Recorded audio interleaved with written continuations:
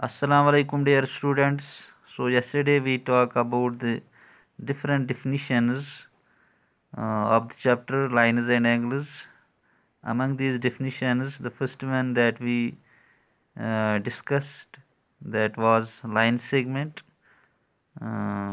line, angle, and the types of angles. And in the types of angles we discussed complementary angles and supplementary angles.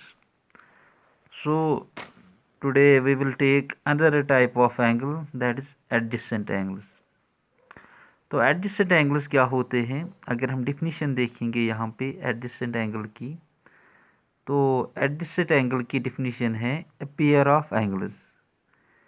Adjacent angle वो दो angle होते हैं, वो एक pair होता है एंगल्स का, और सेड टू बी एडजेसेंट कहता है कि दो एंगल्स को हम तब कहते हैं कि ये एडजेसेंट एंगल्स हैं if they have common vertex and common arm. अगर इनका एक कॉमन वर्टेक्स है और एक कॉमन आर्म है। आपको पता है कि एंगल में दो आर्म्स होते हैं और एक वर्टेक्स होता है, तो इनकी एक आर्म और एक जो वर्टेक्स एक ही होता है वो कॉमन होगा, और दूसरी जो आर्म है वो कॉमन नहीं है। द नॉन कॉमन आर्म, जिसको हम नॉन कॉमन आर्म बोलते हैं, are on either side of the common arm. वो दोनों जो कॉमन आर्म होते हैं उनके दोनों साइड में होती हैं। तो ये डिफिनीशन जो है, अगर हम इसको समझेंगे तो मैं यहाँ पे आपको डायग्राम बना के सिखाऊंगा कि एडजेसेंट एंगल्स क्या होते हैं। Adjacent angles, a pair of angles are said to be adjacent angles. दो एंगल्स को हम तब कहेंगे कि ये एडजेसेंट एंगल है if they have common vertex and common arm. तो मैं एक कॉमन आर्म बनाऊंगा, एक आर्म बनाऊंगा मैं जो दोनों की है। ये आर्म जो है ये दोनों जो एडजेसेंट एंगल है दोनों की है। ये इनकी एक आर्म जो होती है वो कॉमन होती है। एंड कॉमन वर्टेक्स, वर्टेक्स भी कॉमन होता है। द नॉन कॉमन आर्म, अब जो दूसरी आर्म है इन एंगल्स की, are on either side of common arm. ये इस कॉमन आर्म के दोनों साइड में होती है। इसका एक साइड ये है और दूसरा साइड ये है, ठीक है ना। तो अगर मैं यहाँ पे बनाऊंगा कि ये एक आर्म हो गई और ये एक नॉन आर्म हो गई, तो ये जो एंगल बन गया यहाँ पे, और इस साइड का एंगल, ये है एक एंगल, और ये है दूसरा एंगल, ये वाला दूसरा एंगल। तो अगर ये एंगल 1 है, ये एंगल 2 है, तो एंगल 1 और एंगल 2 को हम कहेंगे कि ये एडजेसेंट एंगल है। समझ आया आपको? तो ये होते हैं। अब इसमें क्या है, एक आर्म कॉमन है, कॉमन वर्टेक्स है, ठीक है ना, और नॉन कॉमन आर्म जो है वो कॉमन आर्म के दोनों साइड में है। तो इन दो एंगल्स को हम बोलते हैं एडजेसेंट एंगल्स। अब और एक डिफिनीशन है, that is linear pair angles. Linear pair angles क्या होते हैं? Linear pair angles are adjacent angles. ये भी एडजेसेंट एंगल्स हैं। अगर लीनियर पेयर एंगल्स कहीं पे होंगे, पहले ये एडजेसेंट एंगल्स होंगे। तो इसका मतलब क्या है कि लीनियर एंगल्स होते हैं वो एंगल्स जिनकी एक आर्म कॉमन होती है और दूसरी आर्म जो होती है वो कॉमन आर्म के दोनों साइड में होती है। तो ये बन गए एडजेसेंट एंगल्स। अब हम इनको कैसे कहेंगे कि ये लीनियर पेयर है? और adjacent angles whose common arm are opposite rays. अब इसका मतलब है यहाँ पे कि ये जो नॉन कॉमन आर्म है ये अपोजिट रेज होनी चाहिए, अपोजिट रेज। तो ये इस तरह होनी चाहिए। कभी ये अपोजिट रे भी नहीं हो सकती है, तब इनको कहेंगे सिर्फ हम एडजेसेंट एंगल, लेकिन लीनियर पेयर नहीं होंगे। फॉर एग्जांपल यहाँ पे एक आर्म है कॉमन आर्म, और यहाँ पे एक नॉन कॉमन आर्म है और ये एक नॉन कॉमन आर्म है। तो ये एंगल जो है, ये एडजेसेंट एंगल्स है लेकिन लीनियर पेयर नहीं है। तो लीनियर पेयर में जो नॉन कॉमन आर्म होती हैं वो अपोजिट में होते हैं। अगर ये इस साइड में है तो ये इस साइड में होती है। या अगर आपको ये डिफिनीशन मुश्किल लग रही है तो एडजेसेंट एंगल्स, ये linear pair angles are adjacent angles, ये पहले एडजेसेंट एंगल्स हैं whose sum is together 180 degree, जिनका दोनों का सम कितना होता है, इसका सम और इस एंगल का सम जो आपस में लीनियर पेयर है, इन दोनों का सम जब 180 होगा, दो एडजेसेंट एंगल्स जिनका सम 180 डिग्री होगा तो उनको हम कहेंगे लीनियर पेयर एंगल्स। अगर ये दो एंगल हम देखेंगे इनका सम 180 नहीं आएगा तो ये एडजेसेंट एंगल्स है, इनकी एक आर्म कॉमन है और जो दूसरी आर्म है वो कॉमन आर्म के दोनों साइड में है और कॉमन वर्टेक्स भी है। ये एडजेसेंट एंगल्स है लेकिन लीनियर पेयर नहीं है क्योंकि इन दो एंगल्स का सम 180 डिग्री नहीं है। जब एडजेसेंट एंगल्स होंगे और इनका सम 180 डिग्री आएगा तब हम उनको बोलते हैं linear pair angles. Linear pair angles की शेप होती है टी की तरह, ठीक है ना। तो ये हो गए लीनियर पेयर एंगल्स। अब इसके बाद और एक डिफिनीशन है, दैट इज इंटरसेक्टिंग लाइंस।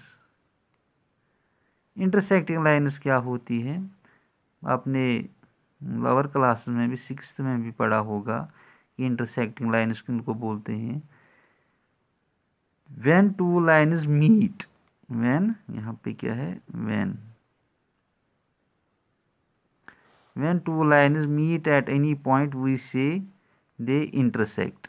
जब दो लाइंस आपस में कहीं पे मीट करती है, फॉर एग्जांपल ये एक लाइन है और यहाँ पे ये दूसरी लाइन है, इन्होंने ये एक दूसरे के साथ किसी पॉइंट में मीट हो गई, इन दो लाइन्स को बोलते हैं इंटरसेक्टिंग लाइन्स। अगर दो लाइन्स है वो मीट नहीं करती है, उनको हम इंटरसेक्टिंग लाइन्स नहीं बोलेंगे। जब दो लाइन्स आपस में मीट करती हैं उनको बोलते हैं intersecting lines. The meeting point is called the point of intersection. जहाँ पे ये मीट करती है, जिस पॉइंट में पे ये मिलती है, उस पॉइंट को बोलते हैं point of intersection. For example यहाँ पे जो पॉइंट ऑफ इंटरसेक्शन है उसका नाम है O, and the lines are called intersecting lines. और जो लाइन्स आपस में मिलती हैं उन लाइन्स को हम बोलते हैं कि ये इंटरसेक्टिंग लाइन्स है। अब और एक डिफिनीशन है, that is vertically opposite angles. ये वर्टिकली अपोजिट एंगल्स जो है, ये समझने के लिए हमें इंटरसेक्टिंग लाइन्स की डिफिनीशन पहले पढ़नी पड़ी। इस जब हम इंटरसेक्टिंग लाइन्स हमने जब समझ लिया तब हम वर्टिकली अपोजिट एंगल्स को समझेंगे। क्या बोलता है vertically opposite angles, let L and M be two lines. कहता है कि फॉर एग्जांपल अगर दो लाइन्स हैं, एक है एल और एक है एम, लेकिन वो कौन सी लाइन्स हैं, two lines which intersect at point O. लेकिन ये इंटरसेक्टिंग लाइन्स हैं जो किसी पॉइंट ओ पे मिलती है। Making angles 1 2, angle 1, angle 2, angle 3, angle 4। तो जब ये इंटरसेक्टिंग लाइन्स जो होती है वो हमेशा कुछ एंगल बनाती है, और यहाँ पे जो एंगल इन दो लाइन्स ने बनाया, फॉर एग्जांपल ये है एंगल 1, ये हो गया एंगल 1, ये हो गया 2, ये हो गया 3, ये हो गया एंगल 4। तो यहाँ पे जो है ये है एंगल 1, ये हो गया एंगल 1, ये हो गया एंगल 2, ये हो गया एंगल 3 और ये हो गया एंगल 4। तो टोटल में यहाँ पे 4 एंगल बनते हैं। अब हम यहीं पे हमें वर्टिकली अपोजिट एंगल्स मिलते हैं। तो इनमें से किन को हम वर्टिकली अपोजिट एंगल्स कहते हैं? इनमें एंगल 2 एंड एंगल 4, पहले हम लिखेंगे angle 1 and angle 3, angle 1 and angle 3, ये क्या है? Vertically opposite angles. इसी तरह angle 2 and angle 4, angle 2 and angle 4, ये भी है क्या? Vertically opposite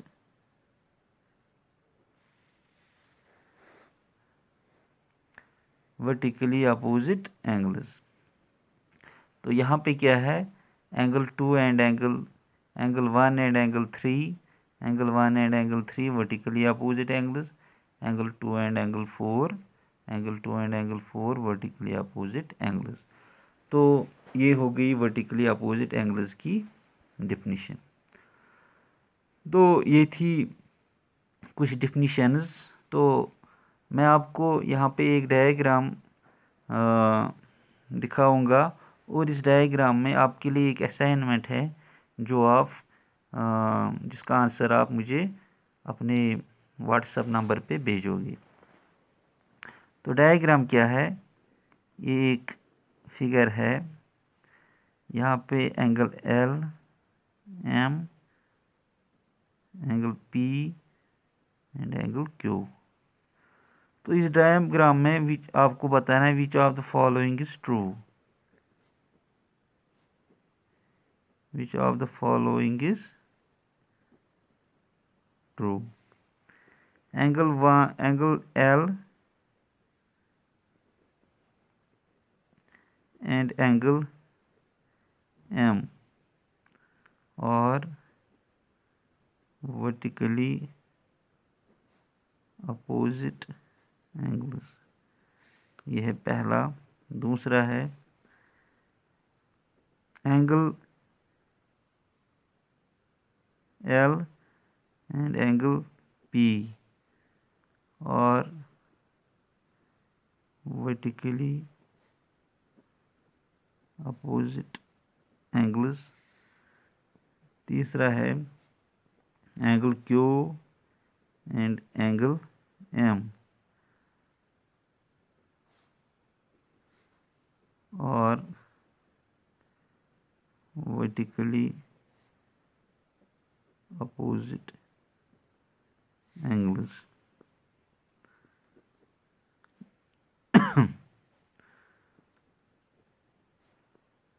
no angle is